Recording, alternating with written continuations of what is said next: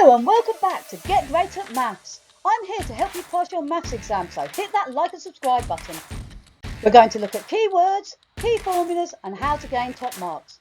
So let's get ready to get great at maths. This is a question on finding a missing angle and working out the angle turned. So we have got Stefan who stands in the centre of the circle. So here is the circle in the middle and this is where he's going to stand. He is facing F, so this is corner F in the bottom right hand corner. So this is where he is facing.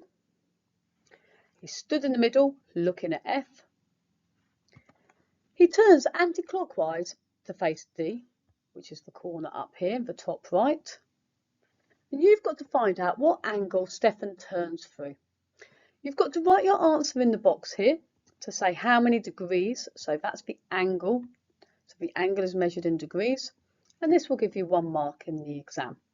So you've got to work out how far it is from F all the way round to D. If you're stood in the middle, imagine standing at the front, turning through that angle. What is the angle between F and D? So our key facts. We need to know what the word clockwise means. Okay, because we've got told that it turns anti-clockwise. So we need to know which direction clockwise is.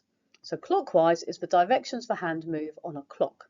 So you can see up here my clock is going round.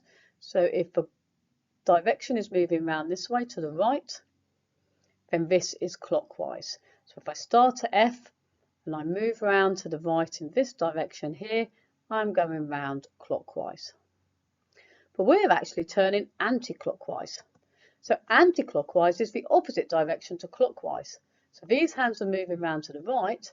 But if I go round to the left, this is anti-clockwise, going the opposite direction to the hands moving. So that is starting here and going round in this direction. This is anti-clockwise. Now you're starting at F and you've got to end up at the point D. So remember you're stood in the middle and you're going anti-clockwise. You need to know that 180 degrees is a straight line. So between the top and the bottom, between C and G, is 180 degrees. So this is a straight line, so that would be 180 degrees between those. And 90 degrees is a right angle. So if you had between C and E, for example, here is a right angle. So between these 2 points here, or the bottom 2 here, you've got a right angle between any of these two, which form a cross. So between like 1, 2 sections forms a right angle.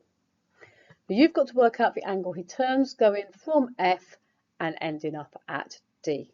How many degrees is it between F and D? Press pause, think about the answer, and then press play when you're ready to hear the answer. Great work. Hopefully you've managed to work out the angle between F and D. Is the angle going in this direction here? Now, as I said earlier, if I go between C and E, you can clearly see this is a right angle here, and this is between 2 of the sections. Now, between any 2 sections, you have got 90 degrees. So between B and D, you have got 90 degrees. Between A and C is 90 degrees. Between H and B is 90 degrees. Between any 2 sections, you have always got a right angle because it is set up in a square. So all these angles here, the look at the cross here, forms right angles, and then the diagonals, okay, are also going to form crosses, and they're going to be 90 degrees. So that means between F and D is the angle here in the middle. So we've got to look at this angle here in the middle. This is what we're trying to work out. And between any 2 sections, we know the angle is going to be 90 degrees. So you just need to write 90 in your box, and that will give you 1 mark in the exam. So the key thing here is to make sure you work out which way you're facing, what anti-clockwise means, and where you're ending up. And you need to know that between 4 of the sections is 180, and between 2 of the sections is 90. So the answer was 90 that you were looking for. Give yourself a big tick if you got that correct. Well done, great work. The mark scheme on this question shows the answer is 90, which is worth 1 M, which means 1 method mark. If you found this video useful, please share, like and subscribe so we can all get great at maths. If you've enjoyed this video, please don't forget to share, like and subscribe. Please follow Get Great at Maths on TikTok, Instagram, Facebook and X. What do you want to see next on Get Great at Maths? Please comment below. See you next time.